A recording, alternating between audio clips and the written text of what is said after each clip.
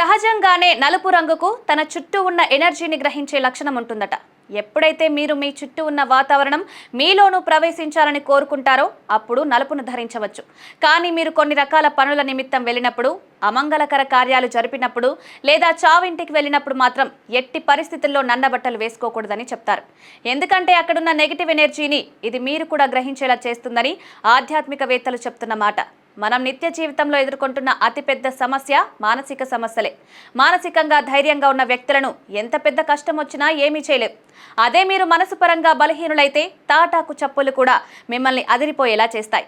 మరి ఈ మానసిక సమస్యలకు అనేక కారణాలున్నప్పటికీ అందులో మనం ధరించే దుస్తుల రంగు కూడా ఒకటి.